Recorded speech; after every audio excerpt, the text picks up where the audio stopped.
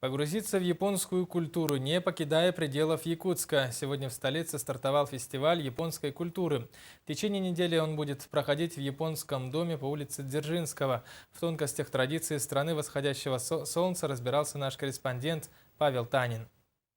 Погружение в японские традиции и японскую культуру начинается с церемонии облачения в кимоно, традиционный японский наряд, который, несмотря на все течения времени, сохранился в культуре японского народа. Казалось бы, облачение в национальную одежду никаких трудностей вызывать не должно. Однако даже сами японцы не всегда умеют правильно надевать кимоно. Посему церемония отчасти носит образовательный характер. В Японии очень много японцев, которые не умеют самостоятельно надевать кимоно. И очень важно их этому научить. На одной одежде погружение в культуру страны восходящего солнца не закончится. Программа фестиваля разнообразна. Хотите научиться японской каллиграфии? Пожалуйста, для вас проведут мастер-класс. Процесс выведения иероглифов также имеет свои особенности. Направление движения кисти должно быть только сверху вниз и слева направо. Одной из самых популярных традиций в японской культуре считается церемония чаепития. Эту церемонию по праву можно считать целым ритуалом.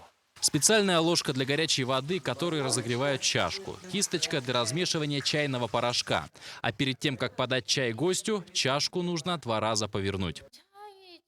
Чайная церемония занимает очень много времени, но самое важное в ней – передать человеку свои чувства и доброжелательность, показать то, как ты к нему относишься. Свои тонкости имеются и в кулинарных рецептах. Для того, чтобы приготовить японскую лапшу удон, тесто необходимо в прямом смысле растоптать ногами. При этом все санитарные нормы соблюдаются. Перед топтанием теста заворачивают в специальные пакеты.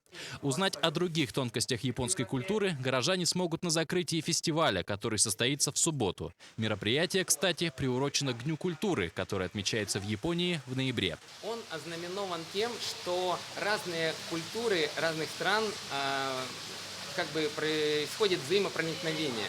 Вот. И мы хотим часть сделать в нашем заведении, допустим, в нашем японском доме.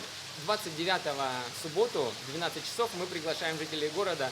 Внизу мы проведем и одевание кимоно, и чайную процедуру для всех желающих на закрытии уже этой недели. В этот же день все желающие в японском доме смогут посетить мастер-классы по приготовлению роллов, принять участие в конкурсе хайку, насладиться японским искусством на выставке и пообщаться с носителями японского языка. Павел Танин, Дмитрий Сергучев, НВК «Саха», Якутск.